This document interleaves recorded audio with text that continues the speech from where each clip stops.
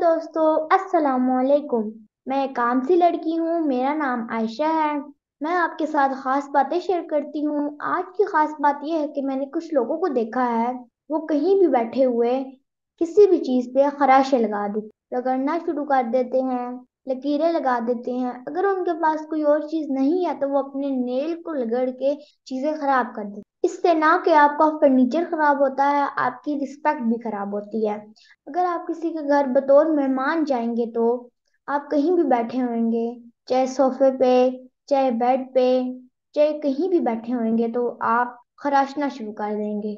उससे ये होगा कि उनका फर्नीचर खराब होगा और वो ज्यादा से ज्यादा आपसे अवॉइड करेंगे कि आप उनके घर ना जाएं।